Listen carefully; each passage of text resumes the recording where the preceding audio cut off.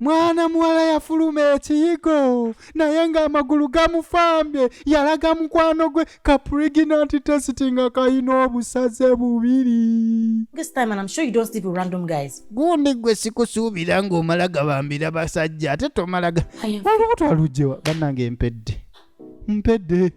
Oh, you're pregnant. Is this like an immaculate conception? Gundi bintu bya Maria manga dale gundi si bya Maria. Ndi lubuto. This is as a result of me having sex. Bannange kitegeeza okuva mu kwegala banja n'omwami oli. The guy I told you about. Omwami gwe nagambyeko w'omukaabu. Ani wa linda ko gundi. Traveling box guy. Oh no, yali agenze n'ensawo oyo. You said you two just had wagamba mwanywamu bunywi. Story. Si story yonna. Bannange si story yonna. Abano tebanywamu bunywi just kwebaka. We had drinks. Twanywa. Got drunk and ne tutamiira. Started kissing. Ekyoyo ne kijja oluvannyuma lw'okwekisinga ne tutandika okwebambira. Kati mu kwebambira ekituufu kiri nti emmotoka yaddamu kwenyeenya. Ebyaddako lwe lubuto luno. Kati emmotoka we yenyeenya omuntu afuna atya olubuto. Nange enyenyeeko ku mmotoka y'omuntu. Katugirabe. Eno tugenda giwuliramu omusera. Naluwali ng'ali mu laavu eri feke. Alright, it's me your boy VJ Jessica tugenda kubanga tetugitandika mutundu mu bulambalamba ngalanga tuli ku kintu kyaffe mwana tukino ekyokubiri bagala nnyo ba besties abali ku screen aba family besties mwebale nnyo badya mwebale kubeera nga ate ekintu mukifa bakula mwebale kwagala bantu bannammwe mwebale kwagala VJ Joshke mwebalire dda simanyiddi wenyinza okukoma okubeebaza ne mbagamba kimu tino mbagala nnyo hati konkane mbakunda munonga nyinza okuteera nnyo amve wano tebakuba kiboko bannyini lulimi. Alright, tugenda kubanga ate tugifa bakula kitundu kaffe nagambye akokubiri Naluwali ng'ali mu lava ate ng'eri fake story nawaki egenda kubanga etuyigiriza nati ng'enabagamba firimu za VJ Joshke tuba mu kulaba kunyumira ate nga bwe tuyiga n'okuba ku mannyo. Kati munnange naguddewo omuze gwe gw'okusoma comments kati gwe kyoboka katsa nti oba alina ekibuuzo kyonna comment yo giteekeko question mark gye ngenda otandikirako okuddako oba okuddamu era nsobole n'okubipininga wali eri ku gurupu yaffe eya JoshK updates oba movie updates. Really? Kati twasembyeyo okumanya Expect me to believe that? ng'one yabadde azze okukyajinga essimu just Naluwali. Okay. Akazi kakambwe muko lwaki muyita Naluwali. Naluwali ye mukyala actually teri Naluwali musajja anaaba Seruwali n'oba tomuyita mulumu Seruwale. Naluwali aba mukyala kati omukyala mpala kitalya kwegamba ng'omukyala ayomba ayogera waggulu relationship. Kala ayomba ye muntu Naluwali. Era mwana muwala ono ekarakita gye twamulabiddemu ku ntandikwa olwakizudde nti ensawo omukulu ono agiina ne twabiremu mu part 1 olwakizudde nti ensawo omukulu gy'ayina si yiye kwegamba yoono yayombye nga oyinza okugamba nti ye tannagitwala. Kati munaye mukasekaliko okukyajinga amatsimu emboozi yo yatuuse negwa amakirinda ne batandika okwetunuulira ng'ebintu birimu okumira amangota omuwala ng'alinga yeerabidde nti bamulinze waka ku birthday. Katugirabe katuginnyonnyoke. Buli muntu alina love story yiye munnange. Buli muntu alina engeri gye bamukubamu amanda alina engeri gye yakubamu amanda buli muntu alina ensisinkano gy'asinkanamu munne. Nkuchallenging okunteerako mu comment section gwe baakusangawo kyali kitya. Abamu temukyajjukira abamu bibaswaza. Here's me for minute 2. Bansanga nga ndi mukwerenga ani asobola okiteekawo ekyo olabira ddala nga nedda bino twabirabye abakulu twabalese nga batandise okwetunuulira bu angles awo nagamba nti gwogwo guba mukwano mubamu ekintu ekiba kibayingidde actually waliwo love and lust kati ekintu ekyo ekibayingira muba temwefuga Kyechaddako. Pamela deceived me again. Kati maama eno yayomba. Through all this she turned up. Pamela neera yazzeemu nannimba ku bintu bino byonna bye tukoze era n'atajja. In the middle of a conversation before her phone. Nene dda tuleme mutwabwe mutyo kubanga twabadde tukyayogera simu nevaako. I mean, how do you explain that one time? Kati okinyonyola otya? Now it's on, she won't take her call. Nti munnange esimu mu kusooka ebadde teriiko kati kweri naye tagikwata. Pamela ate kati essimu tagikwata bukwasi ndowooza kamuweereze message. Kumbe bano baagize banywedde ne bafuna n'otulo ne beebaka mu mmotoka. Ogwo guba mwenge kyova nze n'amazzi agakaawa tetukwatagana mwana ganzigirakawo ne ntandika okulaba ebintu byesinne kulaba. Mwana ala agenda okebera mesi gwe guki ekibadde ate bannange. Goodness. Tufudde. Calls from my mother and my friend. Bannaye missed calls 22 okuva ewa maama. Ndowooza kankuvuge muzeeyi taata nedda. That's okay. I'm not that drunk.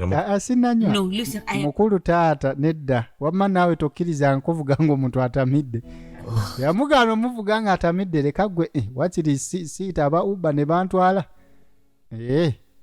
Kati bano bali eno baalinze dda n'abagenyi bannyuse emmere bagyeriiridde. Ku birthday gwe mfumbira ebijanjaalo ndinga byendabye. We've been worried about you. Why you wadde tukweraliikiriddeko oliwa? Wait, Debbie. Debbie? I thought you said you are in Port Harcourt. Wangambye oli Katooke. Yeah, I said that. I wanted to... Nagambye ni Katooke naye sijendi. Kati tuli wano tukweraliikiriddeko oliwa?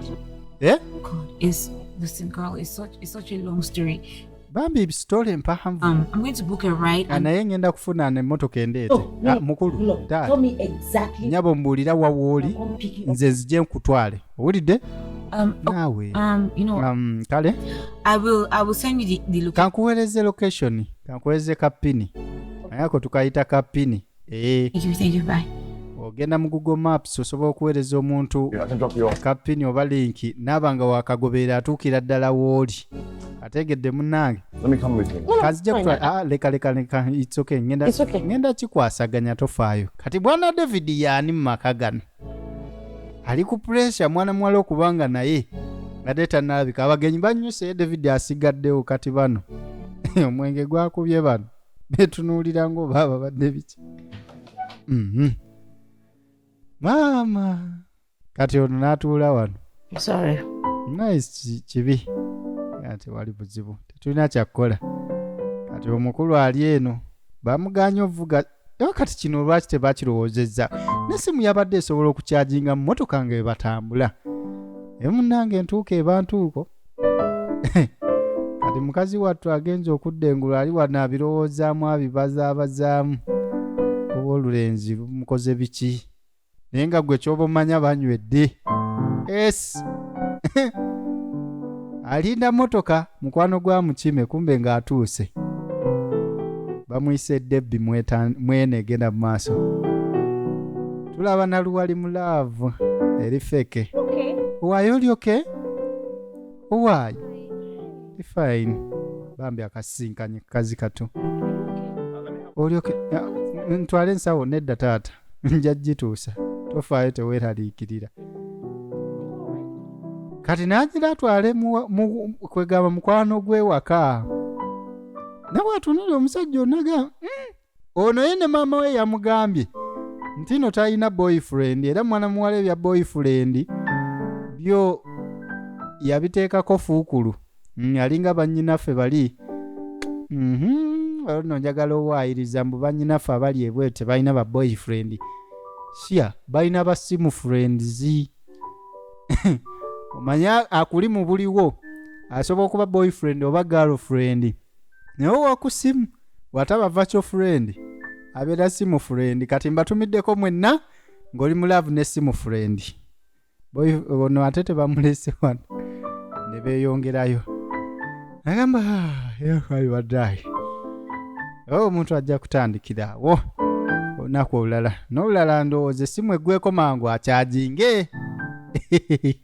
Tuba tulaba bwe tunyumirwa ate nga bwe tuyiga. Iwa munange VJ JoshK ku 0758833334 noonyaako ku WhatsApp nosobola okufunirawo linki mbagirawo n'ojoininga groups zaffe. Pamela.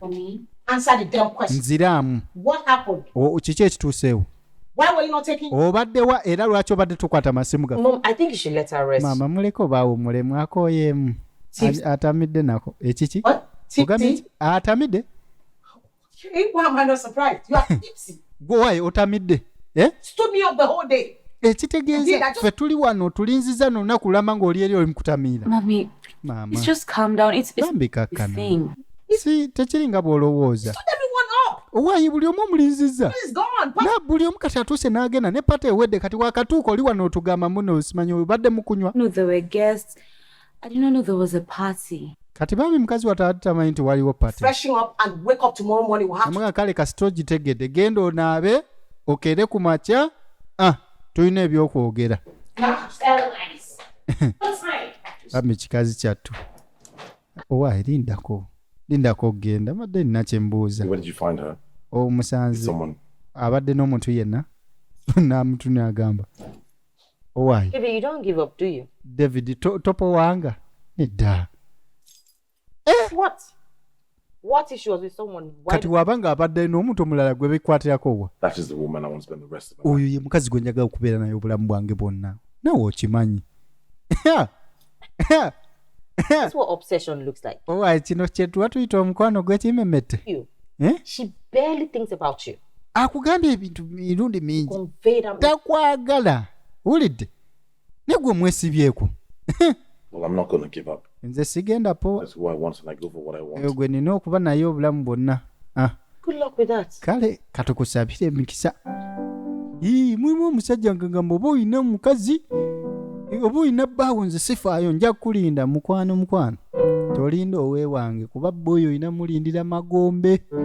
Singa afudde. Mala gataatata bwe ntyo. Genda mu maaso. Mulimu abantu abamu nga tebaasoma kujjako. Kati omukulu naye yakatuuka n'alaba ennyumba erimu by'ataleseemu. Kumbe senkulu alina omukazi. Kyokka ate mu mmotoka eri twasembeyo ku kitundu ekisooka ng'omuyaaya ali mu kudeetinga oli n'amukwana n'amukuba amanda. Kyokka ate wuuno alina omukazi. Kati etandise okunyuma olwo. Eraga gye twagala. Bati mu byonoonese. I know, right? Naga munaye mbadde nkumisinga. Was hoping to see you when I got in. Mbadde nkusuubira okusangawo. Was your flight delayed or something? Naye ekyo kinyonyekereyemu. No. Nedda. Business. Mirimu. Oze emirimu gitegedde munnange mbadde ku mirimu. Nga kimanyi naye nkumisinze nange bwe ntyo. That's you too. So beautiful. Wow. Nange onyirira nnyo Kamala. Akyusa kinno. Ayina akamumala munnange. Nange Josh ayina muserebende ssebo nina akabina. I have missed Kakola emirimu gyakyo engende manju seewola kako. Please, excuse me. you always. You know you're my favorite snack, right? Ayi munnange okimanyi oli kyakulya kyange kyesinga okwagala. Bakyogera mu Nigeria tebaliko olwo. You are my favorite snack. Alright. Ak'okumanga koke kasinga okwagala. Muli eyo muli bwakulya bw'abaana b'abantu. Muli bwakulya bw'abaana ba Falaawo. Ize. Your bag was swapped. Okudde eno. Ono bamunnyonnyodde ebyabaddewo naye kati tabitegedde ayagala confirminga. And then you went into his car to charge your phone. Owa ekiteekeko stamp. Gundi ebbaga yakyuse n'ogenda mu nyumba mu mmotoka ye n'okyajinga. Ne mwebaka ne munywa. Nze buli ebintu bino tebigatta. Look, I don't know what in the name of mathematics is going on in your head. Debe simanyi math kika kigoyina mu mutwe gwe. Simanyi bibalo by'obulowooza naye kyolowooza si bwe kiri. Mwana muwala ono waliwo ekigenda mu maaso kye tutannamanya. Kubanga singa biri byawedde nga just byawedde buggwe. Omuntu yandibadde abivuddeko. Kati baaga agifunye. Ali waka yatuuse. Olunaku tuli ku lwankeera. Obusi bwabusangawa era kiki ekimweraliikiriza. Nasooka n'abirowooza nagaana bannange. Kyendowooza kyekyo oba kyendowooza si kyekyo. Is this what I'm thinking? Is this or there is not the this that's one? Bwamwenyereketa. Has anyone ever told you you're beautiful? Tasobola kwerabira punchline za mukulu. A couple of times. Wewe yagamba konti oli mulungi emirundi mingi. Just in case you never believe them. Kati munange obanga tobakkirizanga. Here's me confirming it to you. Nze ndi wano okukakasa. Beautiful. Oli mulungi. Neggona ery'omuggundu. Ndowooza naye muyiga engeri gye mu experiencingamu ebigambo. Tokikubawo. Bebi okimanyi oli mulungi. Ekyo bulijjo bamugamba. Mugamba mwana wa maama. Ntegeeza Nazaala tubbi. Mwana gwe. Ng'oli mulungi. Bamukuba punchline mwana muwala na zamusigalamu baaga yagifunye. Naye okudde eno maama ye. Ayimukulya munyiivumu. Si musanyufu. Amaka gano tetunnalabamu taata. Taata ye yafa bambi okusinza ku bye twategedde. Naate waliwo omukulu. Ayagala okusigala mu kifo kya taata twamulabyeko Mr. Martin. Kati okudda wano. Okay. Mama. I know that you have a series of questions. Nkimanyi mama oyina ebibuuzo bingi byagala okumbuuza. You just skip it and ask like. Nembadde nsaba oba ebyo tubireke. Tubiskipping just. Leero gwe. Why? Okay. Kale. Tubivuddeko teri kubuuza. Mbivuddeko. Yesterday, he dropped by to give you a present. Naye munaye Martin yabaddeko wano eggulo. Mr. Martin. Okuwa ekirawo Martin. You made it clear that you do not appreciate him coming in. Mbadde manyi oyo Martin wamukomya ku ky'okujja wano. That man is a desperate man. Muzibuzibu. I happen to be wise enough to know how to handle him. I know exactly what. Butuufu. Noonya magezi ngeri kijja mukwasagana n'akyannemi. Tumuleke. Enough of Mr. Martins. Kati Martin nga tumutadde ku mabbali. Let's talk about David. Twogere ku David ne maama naawe boyese mboozi. What about David? Kati ate David tumwogereko ki maama? That man loves you. Omusajja oyo naakuyagala y'oli omunene gwe twalabye. Or he loves the fact that I am the only daughter. Anjagala oba ayagala lwakuba nti nze muwala wa nannyini KFC yekka. After that wealth. Ng'ayagala bya bugagga. Is the short ticket. Naye ng'alaba okumpasa y'engeri ye shortcut ey'okubifuna. You see the way he looks at you. Naye gwe tulaba ngeri gy'akutunuulira. Nze ndalaba laavu mu maaso ge. Do you see love in them? Kati ate agange ogatunuulira olabamu laavu ye maama. Ndeka tongooya nze. So who do you love? Kati ani gw'oyagala? Oba weeyo gwe yakasange olunaku lumu emabega. Look, Pamela, you're 25. Pamela okuze olina 25. Too old to be unmarried, but butuufu tokuze nnyo okufumbirwa naye oteekeddwa okuba n'omwami. That is by you getting married and giving me grandkids. Butuufu njagala bazzukulu. Mommy, you know what? Maama omanyi? I'll get married. Ngenda fumbirwa. And give you grandkids. Nkuwa abazzukulu. Yeah. Oli musanyufu kati? I guess. Ndowooza tulowooze kati sikirwawe bwe tutyo. Ne maama kiki naawe? Sorry, no, cheer up. I'm sorry. Mama kale sorry nsonyiwa ku byabaddewo eggulo. Just tired of your lies. Nze nakooya obulimba bw'omwana gwe. It wasn't intentional. Nadde sirimba saabigenderedde munnange. Did you drink exactly? Kati wanywedde ki? Kakizibu kyakunnyonnyola. Kati enkeera okudda eno ewa mwami gundi oli owa keeke. Lawrence owa keeke. Mukwano gwa akyadde. Ali waggulu eyo munnange. Kati muyita gye. Ayayaya. Kati mukwano gwa Lawrence owa keeke oba Lawrence okeke yakyaddeko wano ewa Lawrence nagambye Lawrence okeke oyo kwegamba alabika alina Oluganda ku Mariam owa keeke ekisaasi best Mariam Nakirya Kisaasi omufumbi wa keeki. Wayi kabulazi olaba engeri gy'otunula kumanga kwereere. How's your trip to Abuja? Wayi kyabadde kitya mu Abuja? Good, but byabadde okay? interesting when I got to Lagos. Nate yasusse neba nsufu nnyo nga nkomewo mu Lagos. I mistakenly swapped Okimanyi boxes. nakyusizza ensawo My y'omukazi some of the nga simanyi nenzija n'ey'omukazi. I don't know how she got my contact. Butuufu simanyi oba yafunye atya enamba yange. Take her box and N'ate yankubidde ne mutwalira ensawo ye. Okay. Name is Pamela. Bamuyita Pamela n'essanyu lingi It nno. happened to be her birthday, and we had Yabadde birthday ye. in my. Ne tunywera mu motoka yange. No, this sounds like the beginning of a love story. Neno erabika love story. Love story. Gundi naawe ani ayogedde ku love story wano. It's not something that always happens, but it's. Tewali kyamaanyi just. Okay, so you guys talked and shared. Kati ne mwogera What happened next? ne munywa kyekyazzeeko. Well, I don't usually kiss and tell. Omanyi kissing ate ne ŋŋamba Yes, naye I'm telling you. toye kissing ate kati nkugamba. Kati awo nkutegedde mwana. Wali obaddeko ne bakyaliibo naye nga baagala kuwulira ago mawulire malungi. You got a number. Well, yes. Nayina kyali wange sijja mwogera. Naye ng'ayagala ekintu kimu kyabadde kitya wamusinga wamanze. Well, you hope you've given her a call back as well. No, I'm not. Waayi tonadda mumukubirako. I have a girlfriend. Agamba waayi nga mukubira lwaki nina girlfriend. And see, Naawe let me tell you. Let me Laba you. you hear me well. Oh. mpuliriza bulungi. Your babe, stop it from meeting your future wife material. Olaba Sure, you hear me? kana akokumangako obumanzi tekalina kugaana kufuna ate future wife material. Complete girlfriend material. Waliwo ba complete girlfriend material Proper ne ba material. wife material. Yo. Okitegera mwana kati omukazi gw'ayina. So I will call her just. Kale kamale gamukubirako obukubizi kumucekinga. No, check Yes. up. Okay. Check out on the Kati day. Dr. Loverboy amwadde amagezi. Get married. Afuna naawe owase. Kati oli ng'akuba essimu ye omukazi ali ewaka tamulaba nga mufumbo. Please, may I speak to Pamela? Anjogeeko ne Pamela. Who be Pamela? Ani Pamela? You call my phone, you tell me say Mwana onkubira essimu ate wano nkugambe sinze Pamela.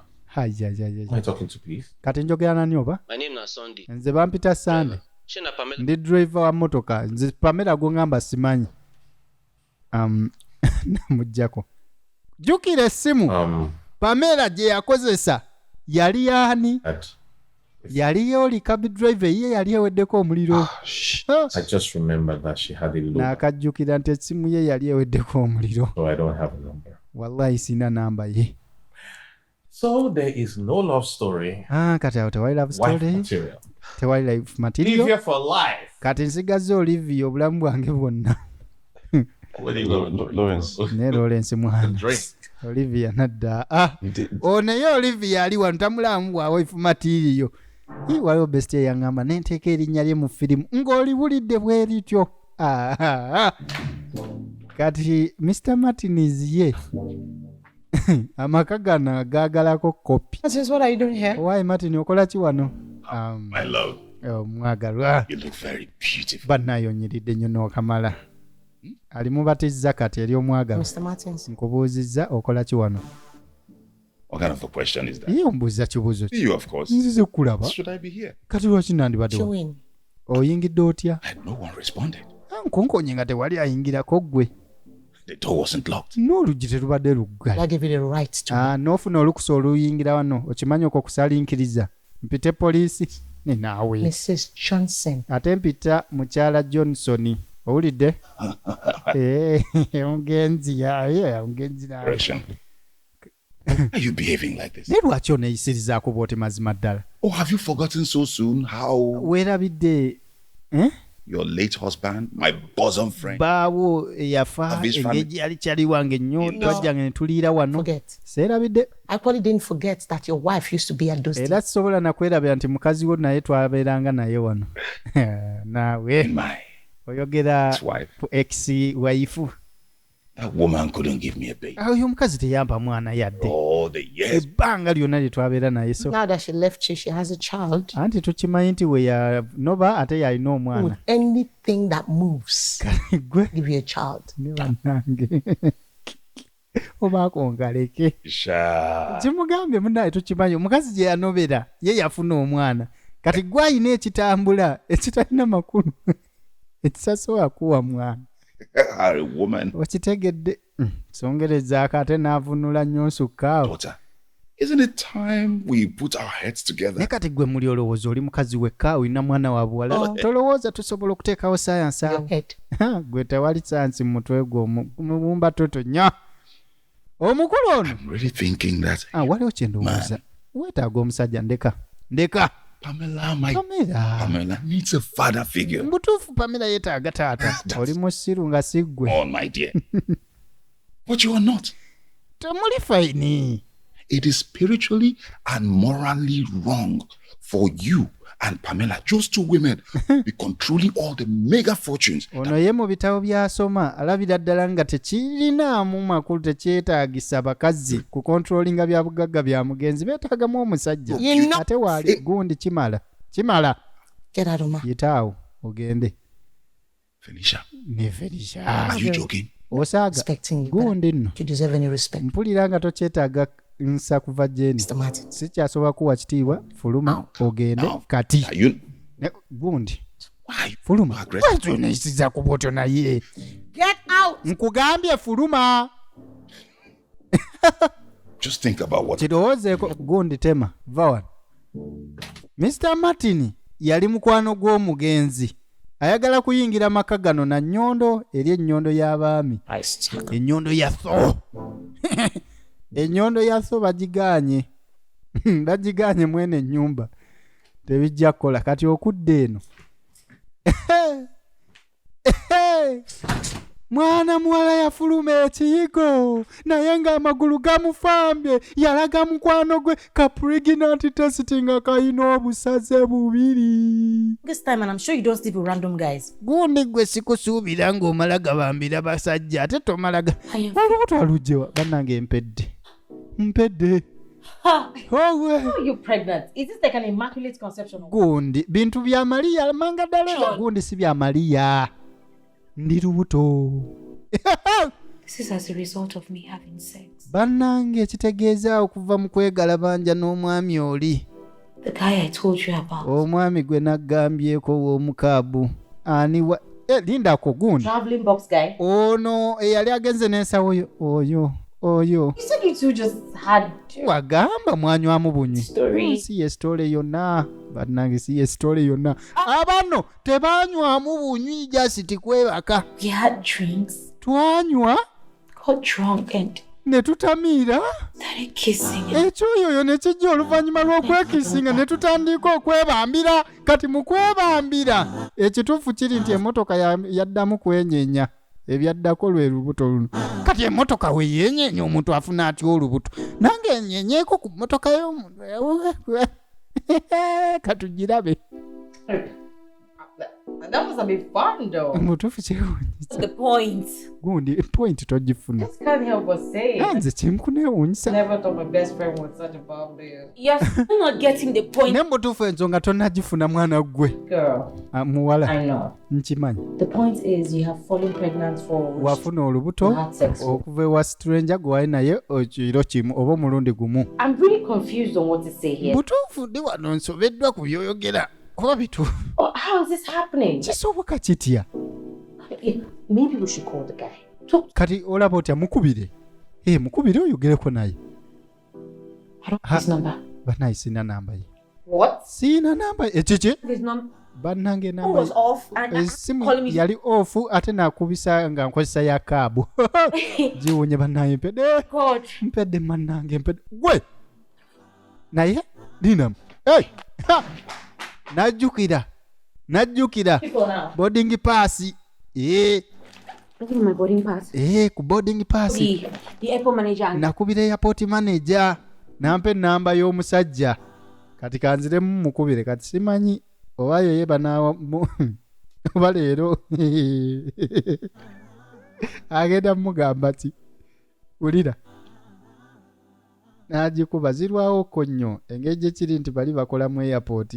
Network ina kumala kulinnya nnyonyi paka ku Skyboard Airlines. Kaibudage network tennatuuka kiraike buzibu network kujja kulinnya nnyonyi ate genda Uganda n'olyoka olaba obuzibu. Awo etuuka nga ate Bombardier yeyina okujja. Firimu eryawo ogimanyi. Egenda mu maaso. Finally emaze netuuka. Manye ennyonyi nazo zisesa. Mu bbanga tewali kubona embwa esooka kwekoonako eri ate ne maani yeekoona eri. Hello, it's me, Pamela Johnson. Namugamba nze Pamela Johnson. I'm sorry. Oba onzijjukira? But I work with hundreds. Maama buli lunaku nfuna amannya 100 kati sobola kujjukira. I called you a few weeks ago regarding nakubirako wiiki ntono emabega. 2 swapped traveling box. Nekugamba waliwo yali atute bbaga yange nga ntute ye. Yeah. Okay. Oh, thank God. kirayika tewali mulala yaswapinga baaga be bano bokka kyovula amujjukidde. Please give me the guy's contact. Namugamba bambi so kunyamba nompe namba yawo y'omwami. Excuse me. Owaaye maama. What did you two swap this time? Kati kuno mwaswapinze biki? What we swapped this time around is kuno twaswapinze kitamanyi na baaga. Was this thing in question swapped on the airport premises? Kati bye mwabikyusizza ku airport tinedda. This has nothing to do Kati with munnange tetulina kyakikolera nsonyiwa.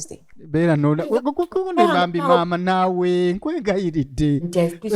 You really need to help. Kuluno bye baswapinze tebyali munda mu airport kati n'olw'ensonga eyo aba airport tebibakwatako. Can you just amwegayiranga mabambi nkwegayiridde bino birimu obulamu n'okufa nkusaba busabi bambi. Alemeddeko. What's his name again? Kozi bamuyitani? Lawrence Okeke. Lawrence wa keke. Muganda wa Mariam Nakirya. Wa keke ekisaasi. Namusomera ennyonyi kwe yali. I will send his number to you. Kale namba kanjikuweereze ku WhatsApp. Time. Wabula ate gwe gusemba. Weebale nnyo weebale tomanyi kyokoze ku luno wemala musinkansiddamu ku bujanga sifunye namba ye. Kale. Mwana muwala. Kati ali capital D. Ali lubuto.